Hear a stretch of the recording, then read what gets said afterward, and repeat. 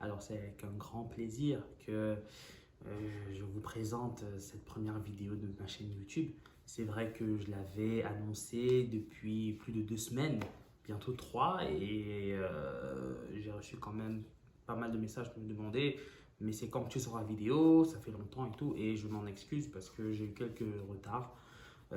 Quelques contraintes. En fait, j'étais en plein aménagement, j'avais quelques petites contraintes ici et là, donc j'avais pas vraiment le temps d'honorer ma parole et sortir le produit tôt comme je l'avais dit. Mais bon, mieux vaut tard que jamais, donc c'est avec un grand plaisir que je vous donne cette première vidéo. Alors, tout d'abord, je voulais dire que c'était très important pour moi de lancer ce projet et tout. Ça me tient à cœur parce que, comme pas mal de gens, je suis un amoureux du football et tout. Et donc, j'aimerais quand même partager ma passion de ce merveilleux sport avec vous, avec plein de gens. Voilà. Et pas seulement en fait en ce qui concerne le rectangle vert, mais aussi sur l'aspect sociétal, sur l'aspect administratif. Administratif dans le sens où c'est important de savoir comment une fédération fonctionne, comment ça se passe dans les coulisses pour les transferts, comment les agents abordent les joueurs, comment des transferts se règlent, quelles sont les commissions, c'est quoi des commissions et tout. Donc on va souvent parler de ça. Et également aussi, on va aussi aborder sur le plan sociétal la place du football dans la société en tant qu'opium du peuple, en tant que atout politique, en tant que moyen de pression sur les personnes. Parce que oui, le football, c'est des réjouissances, mais aussi c'est quelque chose qui évoque aussi beaucoup de frustration de notre côté, notamment avec un, un des grands maux de la société qui malheureusement gangrène aussi ce merveilleux sport. Je parle du racisme, bien évidemment. Et je trouve souvent très dommage que beaucoup de personnes, beaucoup d'émissions qui ont matière à vraiment bien parler de foot, à vraiment donner des analyses pertinentes, ne trouvent pas vraiment d'utilité à évoquer le sujet beaucoup plus souvent et je trouve vraiment que c'est dommage. Donc je vais souvent revenir là-dessus. Donc voilà. Et également, je vais aussi quand même faire pas mal de presse aux joueurs africains parce que je trouve qu'ils n'ont pas assez de visibilité selon moi. En fait, les mots de Samuel Eto'o lors de la remise du Ballon d'Or africain à Sadio Mané, qui a été le tout dernier lauréat, était quand même assez évocateur. Et je crois il a aussi réitéré lors de la remise du Ballon d'Or France Football, ainsi qu'à Bibey, ben, que en fait, si personne ne fait, si on ne fait pas de presse pour nous-mêmes, il ne faut pas compter sur les autres. Donc, je pense que c'est bien d'avoir plusieurs voix qui poussent ensemble. Je ne suis peut-être pas le premier, je ne serai pas le dernier, mais c'est bien, je crois que plus on sera nombreux, mieux ce sera. Donc c'est dans ce sens-là qu'il faut tendre. Donc voilà, c'est ça que ma chaîne, c'est un peu sur ce genre de sujet que ma chaîne va se pencher. Bien évidemment, il y aura des focus sur des joueurs, sur des entraîneurs, sur des équipes, sur des systèmes, sur des révolutions même. Donc ça va être une composante de plein de choses. Euh, donc c'est à ça que va c'est à ça que Franco Time va ressembler. Donc voilà. Alors, sans plus attendre, on va évoquer le thème de cette première vidéo. Alors, je tenais vraiment à ce que ce soit sur le Real Madrid parce que c'est important que je dise tout de suite, je suis fan du Real Madrid. Je crois que on aime tous le foot, mais on a toujours une équipe à laquelle on tient plus que les autres. On va pas se mentir, je suis un amoureux du football, mais je crois que c'est important de donner ses couleurs. Comme ça, on sait quelle est ta réflexion. On va savoir si tu es objectif ou pas. C'est vrai qu'il y en a beaucoup qui ne répondent pas des fois, mais je crois que c'est important de donner ses couleurs. À partir de là, on connaît ton identité footballistique. On sait ce que tu penses, on sait quelle est ta logique, on sait de quelle façon tu te projettes dans la façon d'analyser ou de raisonner. Donc, je préfère être clair là-dessus. Donc, le thème, bien évidemment, c'est une sorte de bilan, en fait, un petit focus sur Real Madrid. Je ne vais pas vous mentir, j'ai fait plusieurs essais de cette vidéo pour ce thème-là et ça a mis très long. Donc, je vais vraiment essayer de le synthétiser pour ne pas perdre l'attention du spectateur parce que c'est bien de me suivre pour les personnes qui auront vraiment pris la peine de cliquer et écouter ce que je dis. Mais si je suis trop long, à un moment, le spectateur ne va plus être intéressé. Donc, sans plus attendre, on va aborder ce bilan sur le Real Madrid. Alors, le Real Madrid, la Liga a rendu son verdict il y a quelques jours et on a vu le Real Madrid sacré, champion d'Espagne et tout. Et voilà, avec 5 points d'avance sur le Barça. Bon.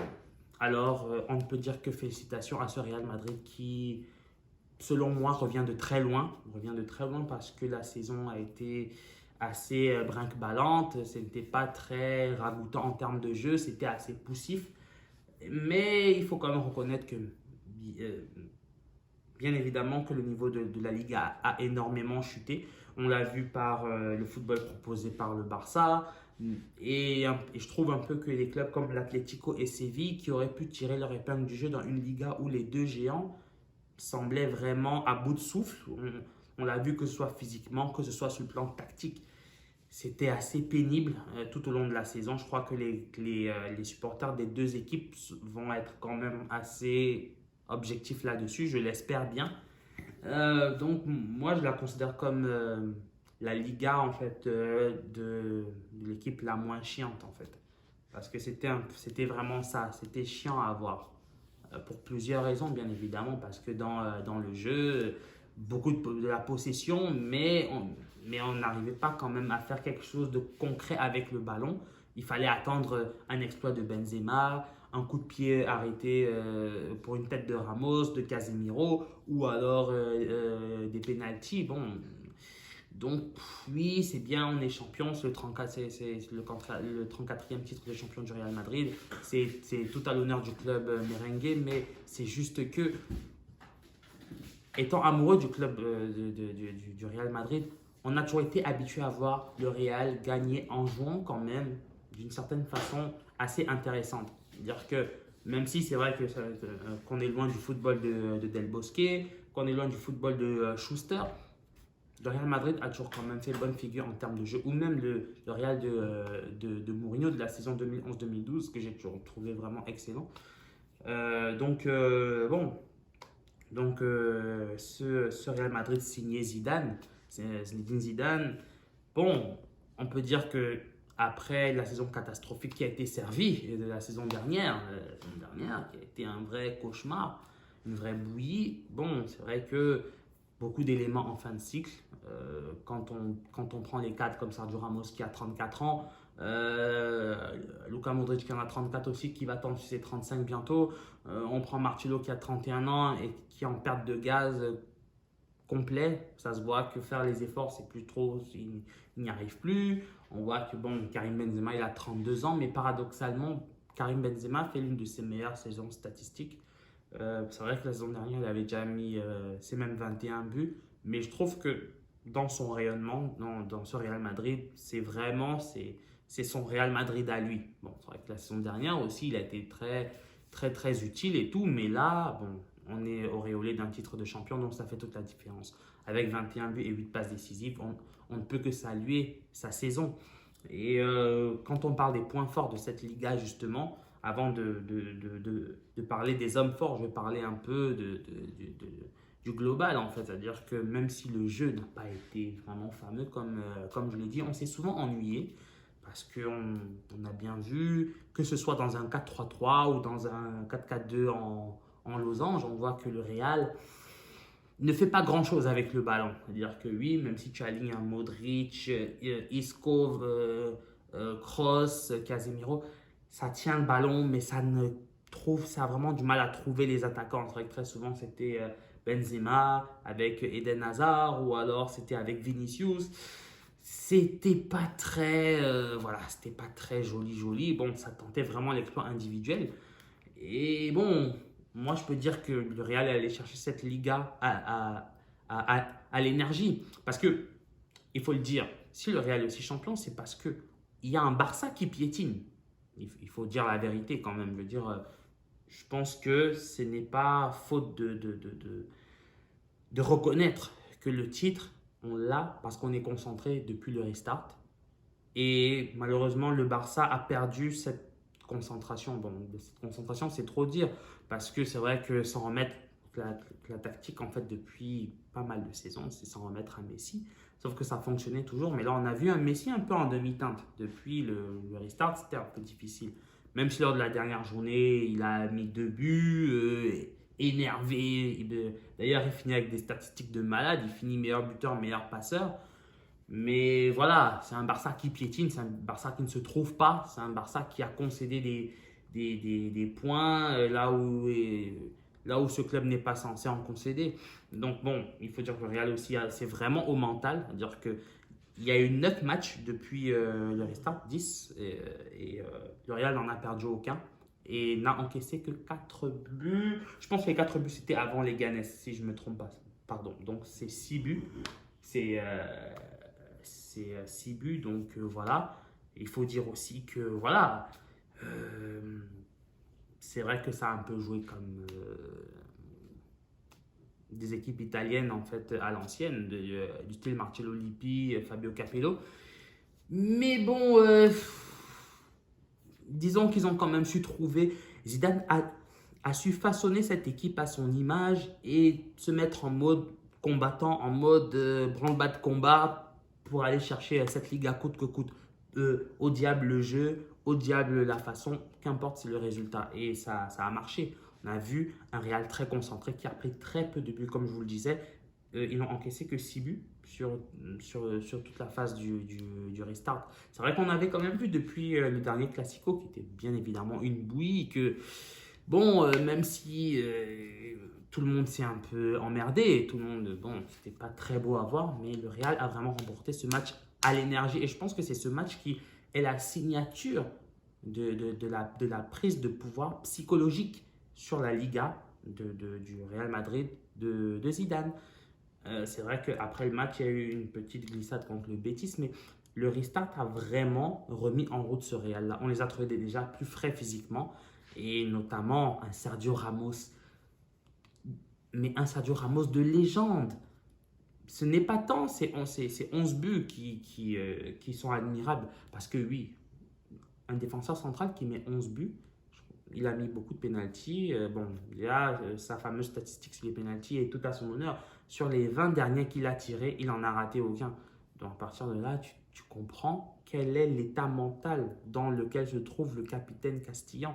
À partir de là, tu es obligé vraiment de plier le genou et de vraiment lui rendre tout honneur, toute gloire, quoi. Donc franchement, c'est un Ramos comme on n'en a jamais vu. Et même sur le plan défensif, très peu d'erreurs, ce qui n'était pas le cas la saison dernière, ou même les 2 dernières saisons, c'était un petit peu compliqué. Ramos, il faisait souvent des erreurs de relance, vouloir dribbler l'adversaire pour pouvoir faire la passe, et il perdait le ballon, et il mettait ses coéquipiers en difficulté, ou il se prenait un carton qui pénalisait et tout. Ramos n'a pas pris de carton rouge cette saison. Ça, déjà, il faut le noter. Même si les mécontents vont dire que oui, le Real Madrid a signé avec l'arbitrage. Mais non. On voit bien, Ramos, il est en format patron XXL. Je crois dans sa tête, il est en mode Ligue des Champions depuis janvier. Depuis janvier, quand même, il est en mode Ligue des Champions et ça se sent. Et ce n'est pas pour rien qu'il est l'un des meilleurs joueurs de la Liga. Donc, si le Real a retrouvé cette assise défensive, il en fait partie. Tout comme Thibaut Courtois, d'ailleurs, que je félicite pour son 3e trophée Zamora, avec juste 23 buts encaissés. Donc, 24. Non, c'est 23. C'est 23. 24, c'était le dernier record qu'il avait fait quand il avait eu son 2e titre Zamora avec l'Atlético. Donc là, il entre dans le panthéon. Il a accès quand même au panthéon des gardiens de la Liga qui l'ont remporté plus de 2 fois. C'est-à-dire que là, il rejoint Ricardo Zamora qui l'a eu 3 fois. Bon, bien sûr, il est supplanté par Victor Valdés qui en a 5, qui est le recordman pour le moment. Et avec Jan Oblak qui en a 4. Mais bon, je pense que Courtois a encore le temps de faire plusieurs bonnes saisons et de nous montrer qu'il est totalement au niveau. Donc franchement, c'est vrai qu'il a été beaucoup critiqué depuis son arrivée. On s'est dit que vraiment, il n'était peut-être pas capable de s'adapter. On s'est vraiment interrogé. Et c'est vrai qu'il ratait pas mal de matchs. Il n'était pas très concentré et tout. Et je pense que là, maintenant, c'est une autre histoire, c'est un autre Courtois. Vraiment, il a été tellement décisif dans tellement de matchs. Je vois le match contre Grenade, tout le monde retenait son souffle, mais combien d'arrêts décisifs il fait. Donc c'est même contre Valence, même contre Valence. Donc c'est quand même rassurant de voir que l'assise défensive, on, on l'a retrouvé au moins. Et encore, je ne parle même pas que de Courtois ou de Ramos, Carvajal, qui, je trouve, a assez un peu remis du plomb dans la tête parce que la saison, comme je le dis, la majorité des joueurs étaient vraiment en deçà de leur niveau habituel la saison dernière. C'est vrai que bon, Cristiano était parti, certains joueurs étaient un peu hors de forme. Bon, ça peut arriver, mais voilà, c'était important que les joueurs se remobilisent. Carvajal a fait une saison assez solide, je trouve. Voilà, même s'il a souvent quelques errements, mais ça reste un des meilleurs latéraux droits du monde. Et bon, il a fini la saison avec 5 passes décisives, ce qui n'était plus arrivé depuis un long moment. Je crois que la saison où il est un peu prolifique dans ce secteur, il avait fait 4 passes décisives en Liga lors de la saison 2015-2016, si je ne dis pas de conneries, ou 2016-2017, oui, quelque chose comme ça. Et donc voilà, et la même chose aussi sur le côté gauche. C'est vrai que Marcelo, c'est un peu la déception. On voit que vraiment, avec les années, ça devient compliqué.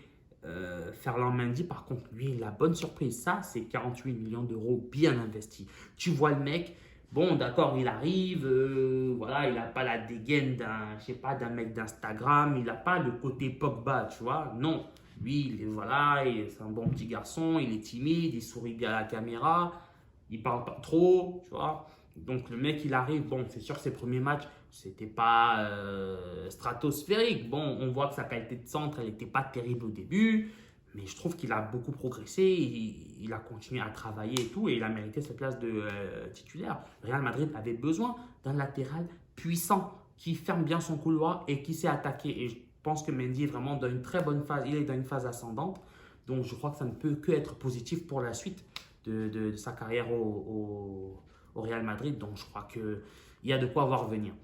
Et maintenant, bon, c'est vrai que je n'en ai pas parlé parce que limite ça devient naturel, mais je trouve que Raphaël Varane s'affirme de plus en plus. On l'a toujours affublé du titre de oh, c'est le petit lieutenant de Ramos et tout. Sans Ramos, il est perdu. Parce qu'on fait toujours référence à ce match contre la Juve, au match retour d'il y a 2 ans. Oui, d'il y a 2 ans, si je ne dis pas de bêtises, d'il y a 2 ans. Là où Varane pète complètement les plombs. Oui, mais bon, je veux dire, Varane, il ne faut pas qu'on le limite juste à un rôle de lieutenant. C'est vrai qu'il ne parle pas beaucoup. C'est peut-être pas le défenseur le plus méchant. Il joue très propre. C'est vrai que ça a l'air d'être même un Laurent Blanc 2.0 dans la façon d'être propre dans le football et tout. Mais Varane est devenu, moi je le trouve beaucoup plus mûr mentalement. Je trouve qu'il est encore plus serein que d'habitude. C'est vrai qu'il a toujours été appelé Don Limpio. Mais je trouve que il a vraiment gagné en maturité, en présence. Vraiment, c'est un bon complément avec Ramos. Et je trouve même qu'il est en train de se rapprocher quand même de son niveau en termes d'importance dans la charnière de complémentarité. Lui-même, il l'a dit récemment dans une interview, là, dire qu'avec Ramos, il n'a même plus besoin vraiment de... Il a un tel niveau d'automatisme avec lui qu'il n'a même plus besoin de vraiment chercher. Il sait déjà où se trouve Ramos, il sait comment compenser. C'est beau, c'est ça qu'on aime, c'est ça l'amour, c'est ça le Real Madrid. Alors, et l'un des autres hommes forts aussi, c'est Enrique Carlos Casemiro. Je pense qu'on peut difficilement critiquer ses 4 buts, 2 passes décisives, 0 carton rouge. C'est vrai qu'il a pris 11 cartons jaunes, mais Casemiro, à l'heure actuelle, dans le football, c'est top 3 de ce qui se fait de mieux en 6. Même si tous les amoureux des Regista, des 6 qui sont intelligents, qui sont beaux, se mêlent, tout ça, Casemiro respecte la tradition du 6 dans sa magnificence, dans le sens où il doit être puissant, il doit ratisser, il doit protéger et servir. Casemiro protège et sert. C'est ça qu'on attend d'un 6. Moi, en tout cas, même si je n'ai pas beaucoup de points d'accord avec Zidane, j'approuve totalement sa vision du 6. Pour moi, le 6 doit être un mec qui tient les meubles. Il n'est pas là pour faire le beau parce que c'est bien quand on a le ballon. Bon, ça, c'est un autre débat, mais franchement, j'estime que Casemiro, c'est l'assurance tout risque. Avec lui, Kroos n'a pas besoin de défendre. Kroos, il gardera son short très propre. Modric, d'accord, il bouge toujours, mais il a Casemiro parce qu'il a 35 ans maintenant, le tonton, il a presque 35 ans. C'est plus les mêmes efforts, mais Casemiro, il monte. Je pense que des fois, vous l'avez constaté, il a des montées souvent qui sont assez quand même étonnantes. Genre, il s'est très souvent retrouvé en position d'avant-centre. Très souvent. Donc, moi, je pense qu'il prend en confiance, il prend en gab, il prend en assurance mentale. Et je crois que c'est bon pour le vestiaire d'avoir des mecs forts mentalement comme ça. Ça permet d'avoir une certaine solidité, une certaine assurance, même si on dispute des matchs où on est peut-être moins bien techniquement, au moins tu sais que l'assise défensive, elle tient. Donc voilà. Donc les hommes du sacre, bon, il y a aussi Tony Kroos. Hein. Tony Kroos, je suis obligé de le citer. C'est vrai qu'on parle toujours de la maestria de Luka Modric, mais Tony Kroos, franchement, en termes de régularité, c'est vrai que la saison dernière, on ne l'a pas reconnu, c'était son cousin, c'était son frère Félix Kroos là qui jouait. Mais là, cette saison, Kroos est taille patron dans la tenue du ballon, dans la façon de dicter le jeu et même prendre des risques. On a vu Tony Kroos tirer beaucoup plus cette saison et ça fait plaisir parce qu'on a connu Kroos au Bayern, il avait des frappes de malade mental, il avait des frappes de bâtard. Voilà, c'est ça qu'on attendait de lui. Et là, on a vu un Kroos qui prend un peu plus de risques, même si c'est vrai qu'il ne l'a pas fait toute la saison. Il l'a fait par intermittence, mais suffisamment pour euh, créer pas mal de dangers et quand même trouver les joueurs offensifs assez souvent. Donc moi, vraiment, je suis très satisfait de la saison de Kroos. C'est vraiment l'un de nos meilleurs éléments. J'espère encore qu'il va être là pour très très longtemps. Je crois qu'il est attaché au club. Il est, voilà, je crois que c'est le plus espagnol des Allemands hein, aujourd'hui. Hein. Donc je crois que on est bien parti pour le conserver très longtemps. Donc vraiment, Tony, chapeau à toi, belle saison. Continue comme ça. Il y a la Ligue des Champions qui arrive. Euh, Serre-nous la même sauce, quoi. Donc voilà.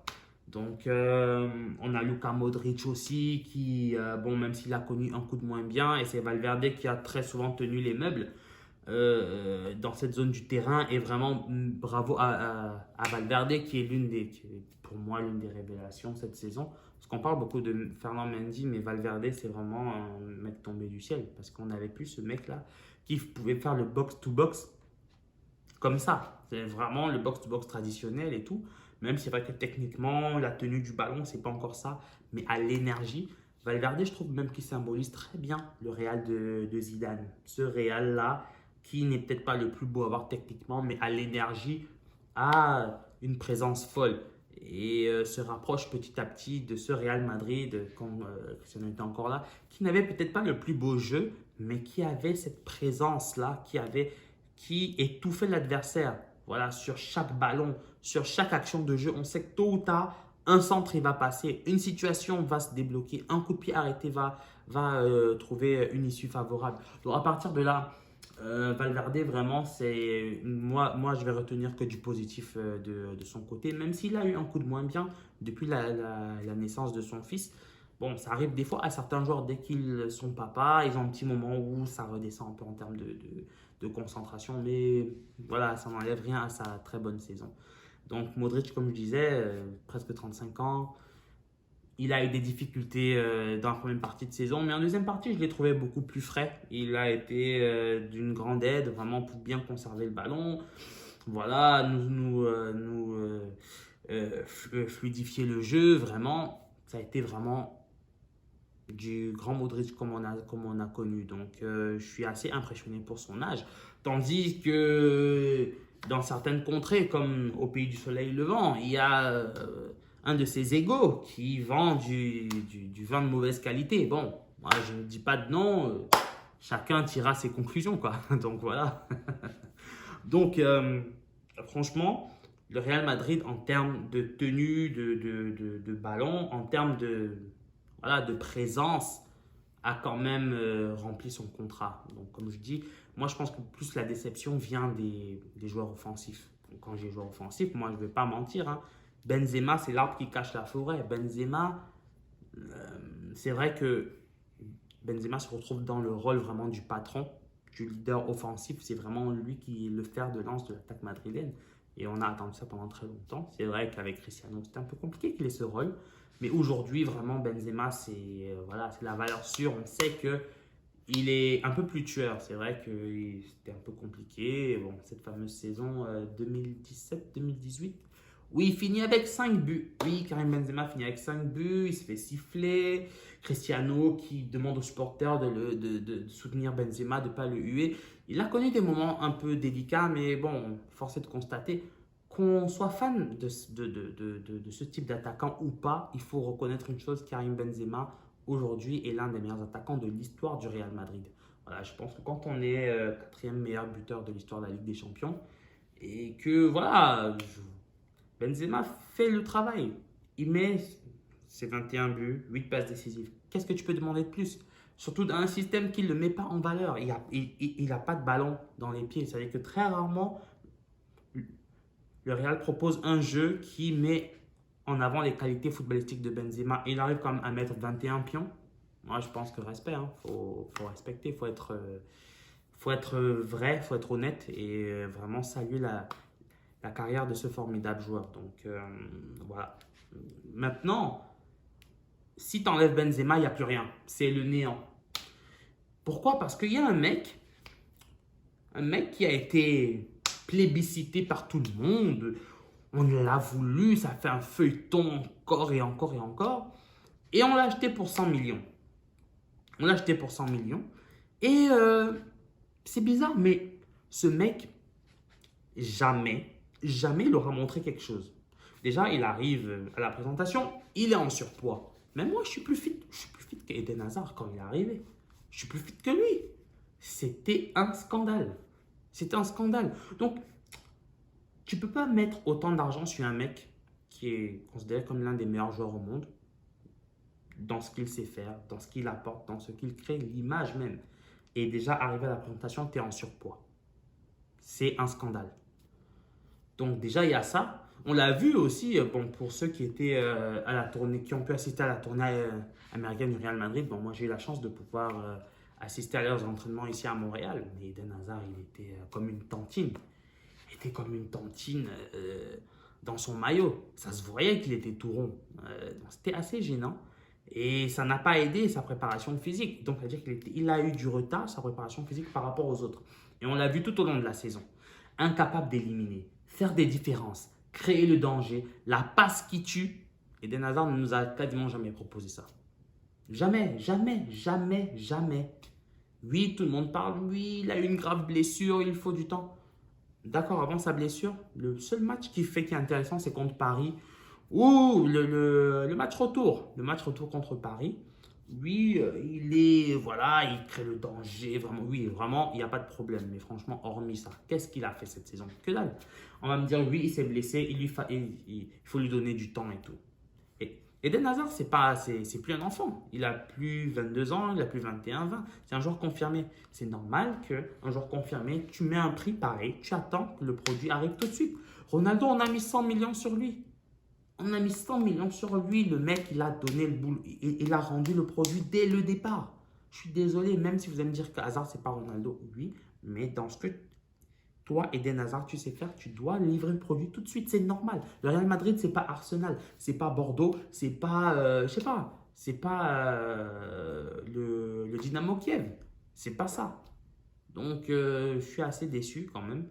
J'espère que bon, il va pouvoir vraiment retrouver toutes ses facultés physiques parce que le choc avec Meunier a quand même fait pas mal de dégâts et bon, il a pris du retard avant de pouvoir revenir. Bon, il est champion, c'est tout bénef pour lui, mais lui-même il a dit, il sait que on est loin de sa meilleure saison. On est loin et il sait que c'est loin d'être la meilleure saison de sa carrière, donc on espère voir un autre Eden Hazard la saison prochaine. On espère. Donc voilà, mais pour le moment, moi je suis désolé, ces 100 millions ne sont pas très bien investis et ça me rappelle plus en fait un mauvais remake de Kaka.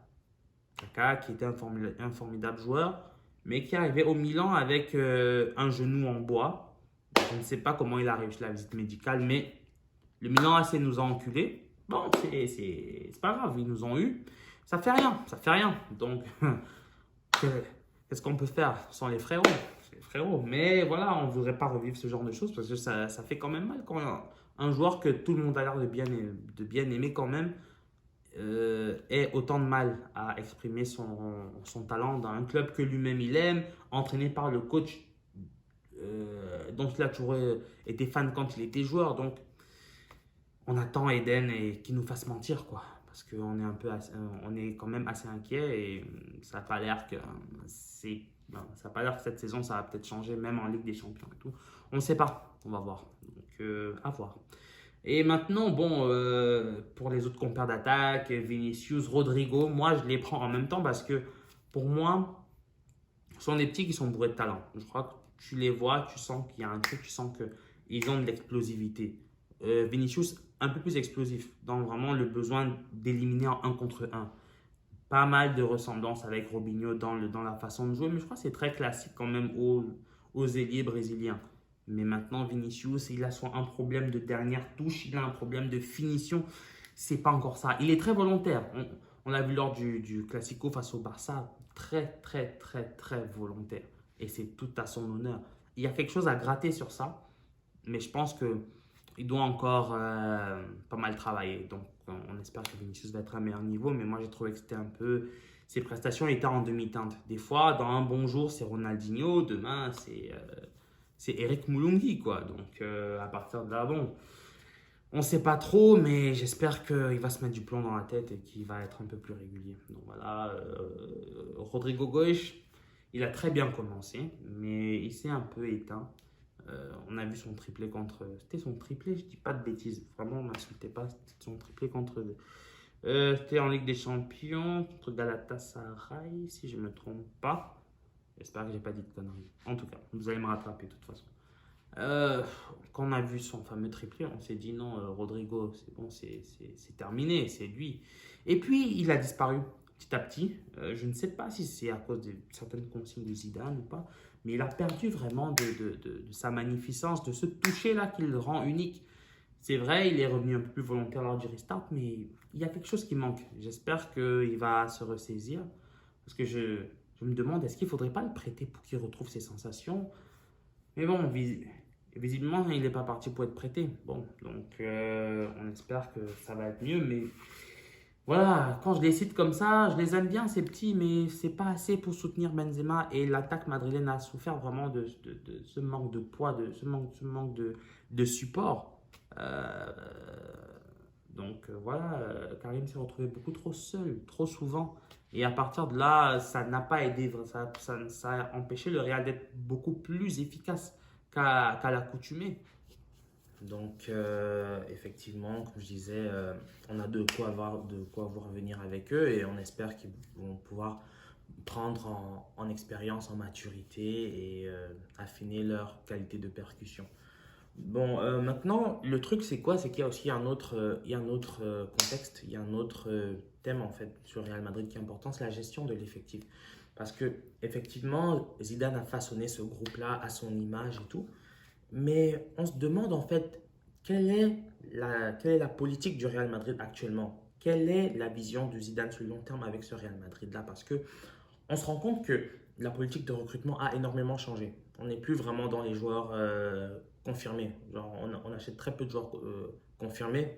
C'est vrai que Eden Hazard, bon, il fallait remplacer numériquement Cristiano Ronaldo, avoir une star de l'équipe, une tête de gondole offensive. Mais on voit bien que la politique a un peu changé dans le sens où on voit des jeunes comme Jesus Reiner, Vinicius, Rodrigo Goes, euh, Martino Odegaard, Hakimi, bon, qui malheureusement a été vendu, je dirais malheureusement, mais bon, c'est une autre histoire, ou encore Kubo, pour ne citer que, ou encore Luka Jovic, ils ont tous un point commun, c'est-à-dire que c'est l'achat de jeunes joueurs à fort potentiel qu'on veut faire grandir pour en faire des top players. Mais maintenant, quand tu vois ce que propose Zidane, c'est-à-dire dans la gestion de son effectif et tout, les jeunes sont très peu mis à contribution. C'est-à-dire que vraiment, bon, c'est vrai que les cas Rodrigo et Vinicius font exception, ou encore peut-être même Valverde, mais qui n'est pas un achat en tant que tel. Euh, on est quand même en droit de se questionner en fait en ce qui concerne l'utilisation de ces jeunes pour le futur du club. Parce que c'est bien d'en parler comme des futures pépites, mais le temps de jeu quand même est important. Et je vois que Zidane fait énormément confiance aux anciens, c'est-à-dire qu'il se base vraiment sur eux. Bon, on ne peut pas lui donner tort jusque-là. Bon, il y a des résultats, mais quand tu vois la façon de jouer, quand tu vois ce qu'espère le Real Madrid, ben, c'est-à-dire que déjà même les futurs recrues, bon, c'est vrai qu'il y a dans les starting blocks, on parle beaucoup de Erling Haaland, Kylian Mbappé, Eduardo Camavinga, on parle beaucoup d'eux, mais bon, Mbappé encore, ok, je peux me dire que oui, quand il va venir, ce sera en tant que joueur confirmé.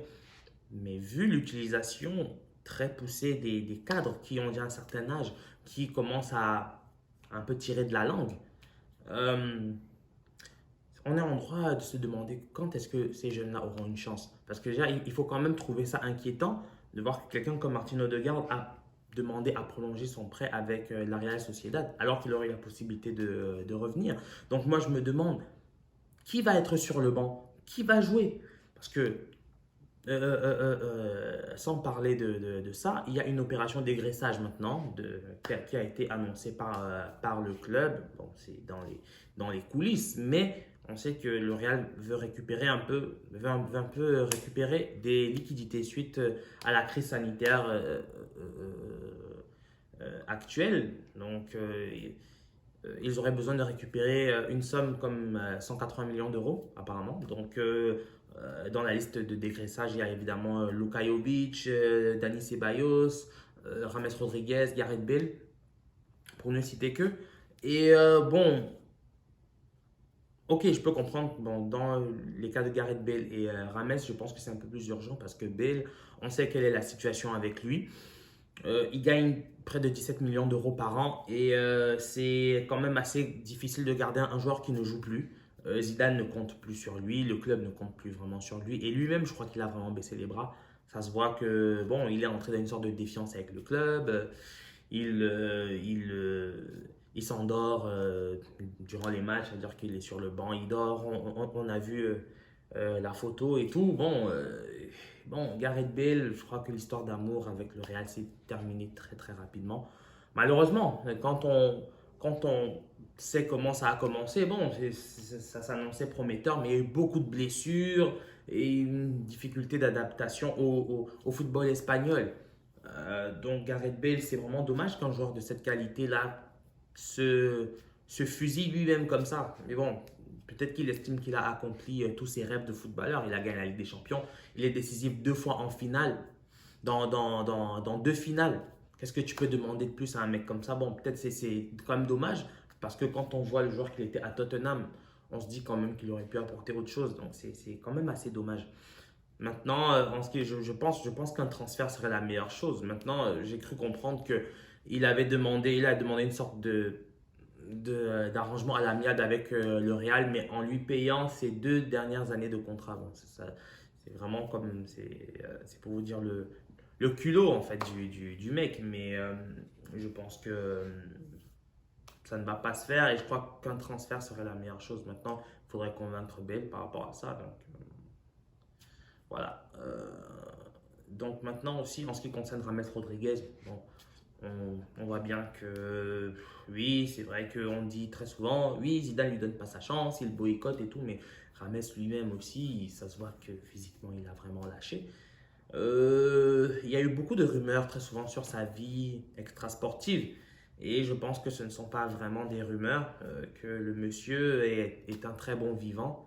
Et je pense que pour le professionnalisme au quotidien que demande un club comme le Real Madrid, sa place n'est plus vraiment dans le Real, n'est plus dans ce club-là. Donc je crois qu'il va devoir trouver une autre porte de sortie et on ne peut que lui souhaiter bonne chance. Maintenant, le cas Luka Jovic m'inquiète énormément parce que je trouve que c'est quand même, moi limite je trouve que c'est un manque de respect. Il a été acheté 70 millions d'euros, ça a négocié pendant des mois et des mois et des mois.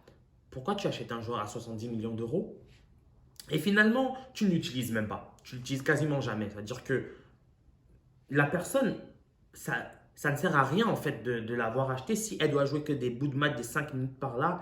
Bon, il a été essayé un, deux matchs, mais on sait très bien qu'un attaquant, ça touche très peu de ballons. il a besoin d'avoir de la confiance. Je, maintenant, je ne vais pas dire que oui, il aurait dû jouer, il aurait dû euh, partager le temps de jeu avec Benzema. Non, je pense qu'on aurait quand même pu essayer un Benzema-Jovic. Je trouve que Zidane n'a pas vraiment essayé cette formule-là et je trouve ça assez dommage. Donc, je suis un peu, je suis un peu dégoûté en fait du traitement qui est réservé à Luka Jovic. Je veux dire, si le plan c'est utiliser Benzema à outrance jusqu'à ses 37 ans, mais pour un attaquant, ça ne sert à rien de venir signer au Real Madrid. Autant prendre un joueur de la Fabrica, c'est tout. De le prendre. Et puis, bon, s'il peut jouer des bouts de match, il sera très content. Mais pourquoi aller prendre un joueur confirmé, un joueur avec un potentiel très élevé et ne pas le faire jouer? Surtout si c'est pour l'avoir acheté 70 millions. Donc, je trouve qu'il y a quand même une forme d'énorme gâchis. Et à partir de là, bon, je trouve que c'est quand même assez regrettable. Bon, j'ai eu oui dire dans les journaux que le Milan AC se positionnerait dessus, mais ce serait plutôt la volonté de Ragnick, qui lui-même ne va peut-être plus venir vu que Pioli a été prolongé par le Milan AC. Donc Jovic, on ne sait pas son avenir en pointillé, mais je crois qu'il ne peut pas se permettre de perdre autant de temps. C'est que soit on le prête, soit on le vend, mais je trouve que c'est dommage de ne pas lui avoir donné plus de chance. Donc, maintenant, bon, les échéances qui arrivent, il reste la Ligue des Champions, parce que la Coupe du Roi, non, c'est terminé ça. Mais on ne sait pas encore. Bon, c'est vrai que ça va être le 7 août à l'Etihad Stadium contre Manchester City. Il va falloir quand même que le Real soit en mode branle-bas de combat, exactement comme il a été durant les 10 dernières journées de la Liga. On espère que ça va fonctionner, on espère. Bon, c'est vrai qu'avec l'absence de Sergio Ramos, le Real part avec un certain désavantage parce que c'est quand même ton capitaine, c'est l'un de tes meilleurs joueurs, c'est l'âme de l'équipe. Avec lui, tu es en sécurité, voilà, il sait aller au charbon, il sait ameuter les troupes. Donc, je sais pas, je suis un peu inquiet. Bon, c'est vrai que City, eux-mêmes ne sont pas très fringants actuellement. On voit bien que oui, ils ont toujours la maîtrise du ballon, vraiment ce jeu de possession, des transitions, des passes courtes, jeu long quand il faut, du football vraiment total. Mais la finition est le grand problème de Manchester City, c'est lors de leur dernière rencontre en fait. On voit que l'absence d'Aguero pèse vraiment de tout son poids. Parce que Gabriel Jesus a beau être un joueur très intéressant, très prometteur, il n'a pas le niveau de finition de Kun Agüero, il n'a pas l'instinct du tueur, il ne l'a pas. Et c'est ce qui manque à une équipe comme City, dont je me dis que le Real a ses chances. Et avec un Benzema du niveau actuel, ben, je crois que le Real peut quand même, si le Real se bouge le popotin, ça peut marcher. Je crois que le Real peut se qualifier. Ils peuvent s'ils sont concentrés, si, voilà, mais il va falloir qu'ils ratent moins d'occasions parce que la Ligue des Champions, ça ne pardonne pas. On ne pourra pas peut-être avoir 1000 occasions, il faudra être ultra décisif. Donc, à voir. Mais je pense que le bilan pourra être fait de façon complète quand la Ligue des Champions sera terminée. Là, c'est une esquisse parce que bon, il y a eu le championnat, c'est vrai. Et puis, on ne va pas se mentir qu'avec le restart, tout a changé un petit peu. Tout a changé. Et bon, ce restart-là, je l'ai déjà dit, ce restart a vraiment bénéficié au Real. Si vous avez bien observé, pas juste en Espagne, hein, dans d'autres championnats, il y a des équipes qui ont vraiment bénéficié de ce restart-là, genre sur la fraîcheur physique, sur le mental, sur l'aspect mental, et il y a d'autres équipes qui ont coulé. En Espagne, moi je vois la Real Sociedad, c'est le grand perdant de ce restart-là. Ils avaient tellement bien commencé, très très cohérent sur toute la saison, mais les 10 derniers matchs, ils ont complètement lâché. Bon, ils ont pu se qualifier in extremis pour les qualifications de l'Europa League. Bon, grand bien à leur face, mais je trouve qu'ils auraient pu mieux faire quand même, vu ce qu'ils ont proposé tout au long de la saison. Bon, je vois qu'une équipe comme le Bayern aussi, ils ont été très cohérents. Bah, depuis le restart, ils ont retrouvé une seconde jeunesse. Donc, il faut dire que ça va avantager beaucoup d'équipes et ça va diminuer d'autres. Maintenant, c'est la Ligue des Champions qui va nous montrer vraiment qui sont les vrais gagnants de ce restart-là. On verra. Donc, nous arrivons à la fin de la vidéo. C'était une première esquisse du bilan du Real Madrid. Bon, je crois que je ferai une vidéo pour parler spécifiquement du style de jeu que le Real Madrid propose, que Zinedine Zidane veux faire avec l'équipe, mais quand la Ligue des Champions sera terminée, parce qu'il y aura beaucoup plus d'éléments à charge. Donc voilà, nous arrivons à la fin.